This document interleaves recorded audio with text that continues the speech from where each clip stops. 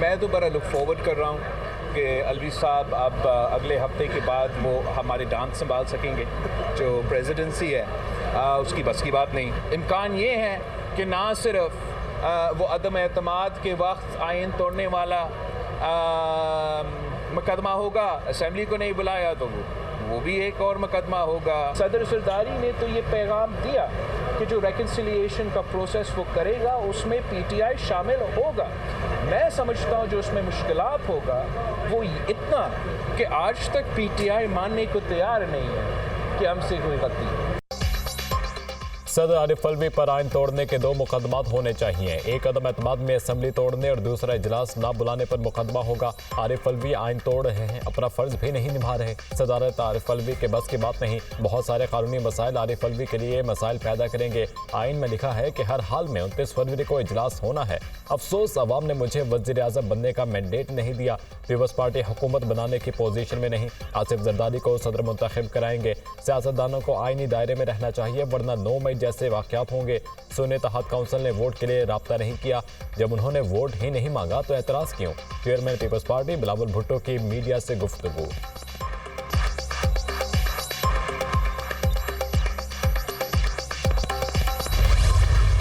अगर सदर साहब एक दफ़ा फिर आइन शिकनी करना चाहते हैं तो वो समन ना इशू करें और असम्बली को अप्रूव ना करें। सब आर्टिकल 2 आर्टिकल 91 है वो बड़ा क्लियर है। वो कहता है National Assembly shall meet on the 21st day following the day on which a general election to the assembly is held, comma unless sooner summoned by the president. इजलास होना ही होना 21st डे। ये आइन से जो खेल खेला जा रहा है, को अच्छा ट्रेडिशन हम नहीं कायम कर रहे।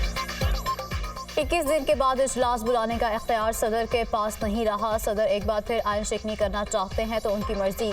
आर्टिकल 91 बहुत वाज़ेह है। इलेक्शन के बाद 21 दिन में इजलास होना ज़रूरी है। सदर असम्बली पर दस्तखत नहीं करते तो मतलब वो नहीं चाहते हैं इजलास हो। जिन अरकान का नोटिफिकेशन हो चुका है, स्पीकर ने उनका हल्फ लेना है। कल बलोचिस्तान असम्बली के इजलास में नून लीग और पीपल्स पार्टी ताउन करेंगे। बलोचिस्तान में भी वज़ीर आला, स्पीकर, डिप्टी स्पीकर मिलकर मुंतखब करेंगे। चाहते हैं JUI बलोचिस्तान और वफाक में साथ चले। सब जमातें मिलकर चलती हैं तो मुल्क मुश्किलात से निकलेगा। सेनेटर इसहाक डार की मीडिया से गुफ्तगू।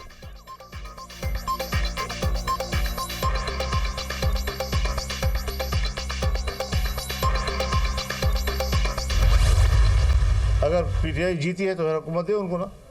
उसूली फैसला हमारा यही है कि हम इसमें किसी किस्म के वोट में हिस्सा ना होने।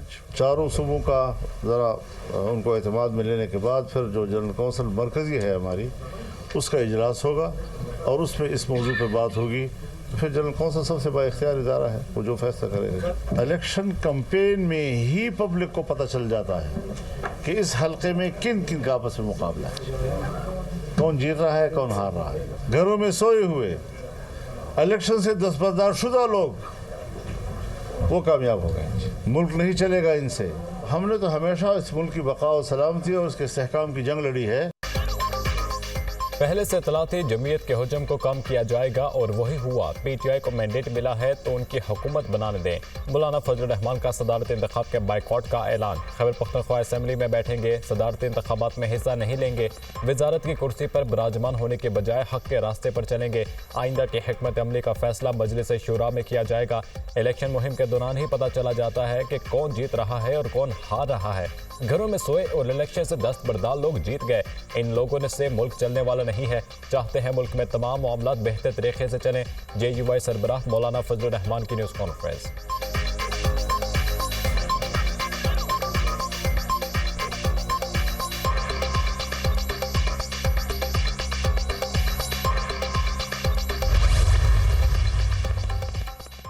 तहरीक इंसाफ ने स्पीकर और डिप्टी स्पीकर कौमी असम्बली के लिए उम्मीदवारों का ऐलान कर दिया। Aamir Dogar speaker, Junaid Khan deputy speaker के उम्मीदवार होंगे। पीटीआई का 2 मार्च को मुल्क भर में एहतजाज का ऐलान।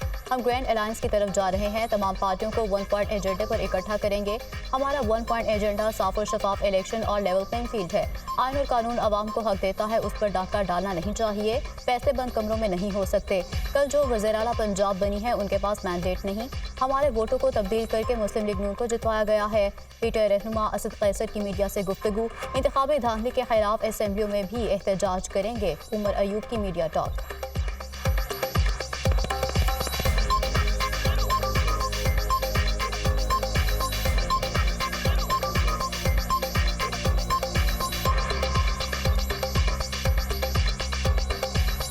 175 से 180 सीटें जो पाकिस्तान तहरीक के इंसाफ की आई हैं उस पे उन्होंने कट मारा है। उसके खिलाफ इंशाअल्लाह ताला बरोज़ 2 मार्च हफ्ते के दिन हम लोग पाकिस्तान में मुख्तलिफ पार्टीज़ के साथ मिल के एहतजाज करेंगे।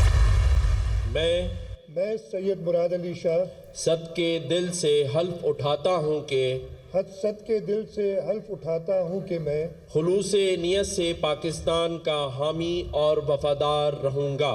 खुलूस नीयत से पाकिस्तान का हामी और वफादार रहूँगा। नवमंतखब वज़ीर आला सिंध मुराद अली शाह ने ओहदे का हल्फ उठा लिया। गवर्नर सिंध कामना टिसोरी ने मुराद अली शाह से हल्फ लिया। Chairman Peoples Party Bilawal Bhutto के हल्फ बर्दारी तकरीब में खसूसी शिरकत। जस्टिस रिटायर्ड मकबूल बाकर और अरकान असम्बली की भी शिरकत। हल्फ बर्दारी की तकरीब गवर्नर हाउस कराची में हुई। मुराद अली शाह मुसलसल तीसरी बार वज़ीर आला सिंध बने हैं।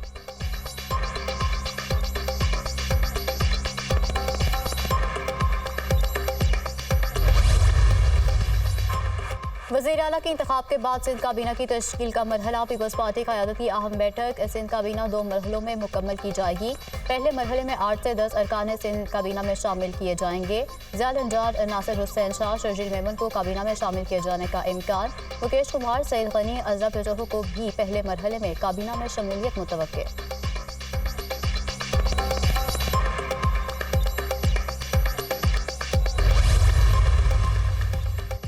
सुन्नी इत्तेहाद काउंसिल की मखसूस नशिस्तों का फैसला ना हो सका। सुन्नी इत्तेहाद काउंसिल की मखसूस नशिस्तों से मुताल्लिक़ केस की समाअत कल तक मुलतवी। इलेक्शन कमीशन के सुन्नी इत्तेहाद काउंसिल के वकला को दरख्वास्ती कॉपियाँ देने की हिदायत। मखसूस नशिस्तों से मुताल्लिक़ आइन और कानून की तशरीह होना बाकी है। इलेक्शन कमीशन ने मखसूस नशिस्तों से मुताल्लिक़ सुन्नी इत्तेहाद काउंसिल की समाअत का हुक्मनामा जारी कर दिया। MQM, पीपल्स पार्टी और नून लीग की दरख्वास्तों को यकजा कर दिया गया। हम अपनी मखसूस नशिस्तों के लिए आए हैं। अगर दीगर सियासी जमातें नशिस्तें लेना चाहती हैं तो ओपन कहें कि हम लेना चाहते हैं। MQM, नून लीग और PPP बतौर जमात आकर क्लेम करे। बैरिस्टर अली जफर के दलाइल। इलेक्शन कमीशन ने कल की समाअत के लिए तमाम पार्लिमानी पार्टियों को नोटिस जारी कर दिए।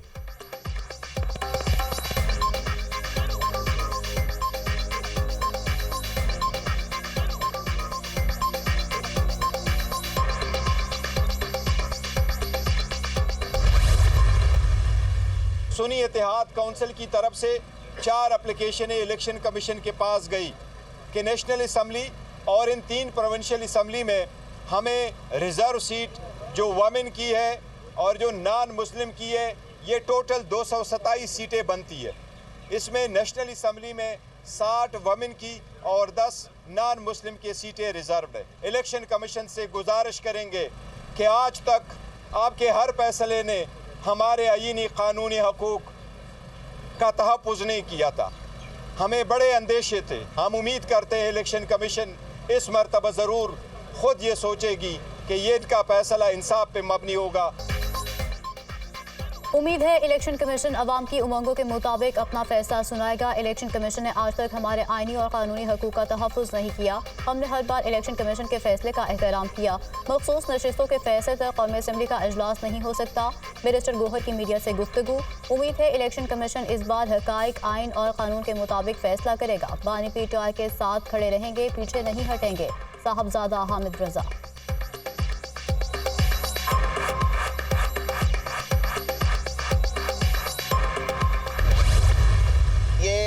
एक अनहोनी बात है कि एक सियासी जमात जिसने इंतखाबात में हिस्सा नहीं लिया और अगर लिया तो अवाम ने उसे रिजेक्ट कर दिया और उसे एक सीट भी नहीं दी सुन्नी इत्तेहाद पाकिस्तान को। अब वो कहते हैं कि हमें कुछ आज़ाद लोगों ने ज्वाइन कर लिया है, लिहाजा हमें भी मखसूस नशिस्तें दी जाए। ये ना आइन में इसका कहीं गुंजाइश है और ना ही जो इलेक्शन एक्ट और उसके रूल्स हैं उसमें गुंजाइश है। जो जमातें जीत कर पार्लियामेंट में आई उन्हें मखसूस नशिस्तें मिलेंगी। मखसूस नशिस्तों के कोटे पर नजरसानी होगी तो ये नशिस्तें दीगर जमातों को मिलेंगी। मखसूस नशिस्तों पर कानूनी पोजीशन वाज़ेह है। आइन में नहीं लिखा अगर कुछ सीटें खाली रह जाती हैं तो असेंबली नहीं बन सकती। कोटे से ज़्यादा नशिस्तें जीतने वालों को कानून इजाज़त देता है। इलेक्शन कमीशन ने तमाम दरख्वास्तों को यकजा कर दिया है। बड़ा शोर मचाया जा रहा है कि इलेक्शन कमीशन फैसला नहीं करता। आज़म रज़ी तारड़ की मीडिया टॉक। PTI ने बगैर सोचे समझे सुन्नी इत्तेहाद काउंसिल को ज्वाइन किया। पार्लियामान में नशिस्तें हासिल करने की मसनूई कोशिश हो रही है। सुन्नी इत्तेहाद काउंसिल ने एक भी सीट नहीं जीती। ये ओपन एंड शट केस है। उम्मीद करते हैं फैसला इंसाफ के मुताबिक होगा। अता तारड़ की मीडिया से गुफ्तगू।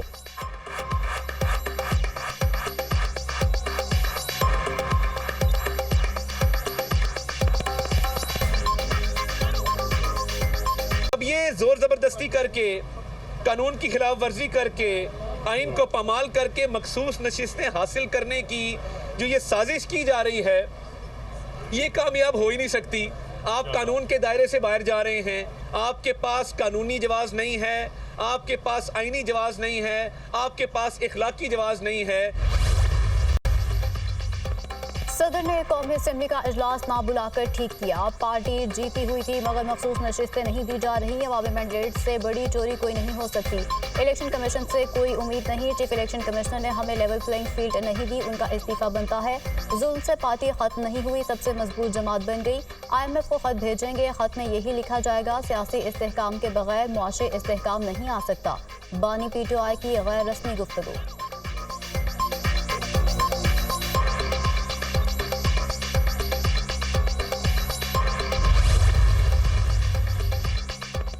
£190 मिलियन रेफरेंस बानी PTI और बुशरा बीबी पर फर्द जुर्म आयद। मुल्जिमान का सेहत जुर्म से इनकार। अदालत ने आइंदा समात पर इस्तग़ासा के 5 गवाहों को तलब कर दिया। केस की मजीद समात 6 मार्च तक मुलतवी। एहतसाब अदालत के जज नासिर जावेद राना ने अडियाला जेल में समात की। बानी PTI की जानिब से दायर 2 दरख्वास्तें समात के लिए मंजूर।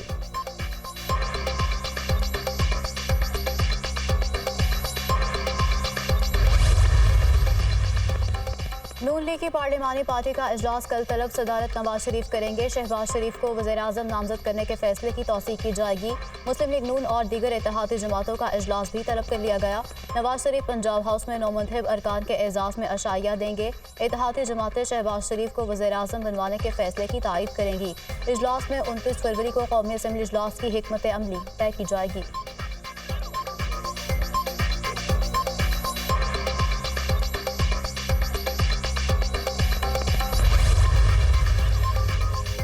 मेरिट की खिलाफ वर्जी करूंगी ना होने दूंगी। कोई सियासी भर्ती नहीं होगी। अवाम के मसाइल फौरी हल होने चाहिए। मालियाती अमूर में शफाफियत पर समझौता नहीं होगा। एहतसाब, शफाफियत, क्वालिटी वर्क और टाइम वर्क रेड लाइन है। स्ट्रक्चरल रिफॉर्म करना होंगी। मसाइल की जड़ तक पहुँच कर उन्हें ख़त्म करेंगे। वज़ीर आला पंजाब की गुफ्तगू।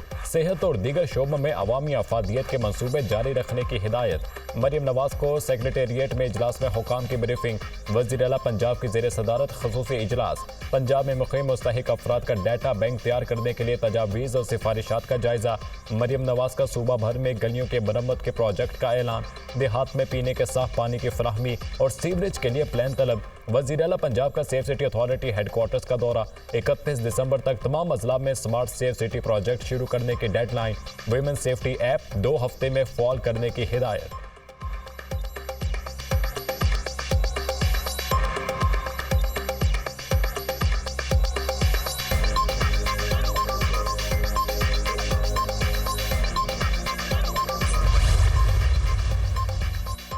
जुल्फ़िकार अली भुट्टो की फांसी के खिलाफ सदारती रेफरेंस पर समात। 24 सितंबर 1977 को पहली समात हुई और अगली समात पर शवाहिद तलब कर लिए गए।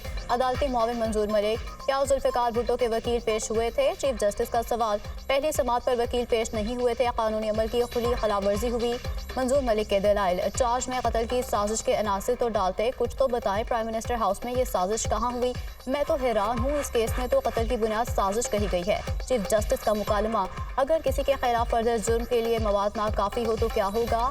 जस्टिस जमाल मंदुखैल का इस्तिफसार। ऐसी सूरत में मुल्जिम बरी हो जाएगा। अदालती मुआविन मंजूर मलिक के दलाइल।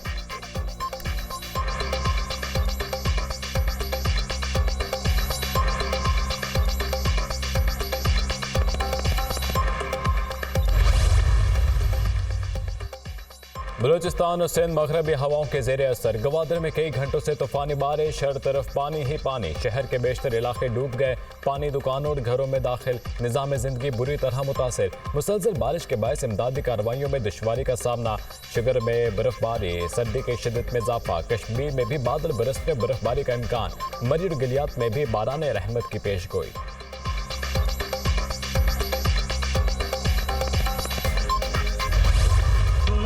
जंगी तारीख का शानदार बाब ऑपरेशन सिवरेटॉट के 5 वर्ष मुकम्मल। रात की तारीकी में हमला करने वाले दुश्मन को पाक फौज के शाहीनों ने दिन के उजाले में दंदान चिकन जवाब दिया। पाक फिजाइया ने दुश्मन के 2 तैयारे मार गिराए।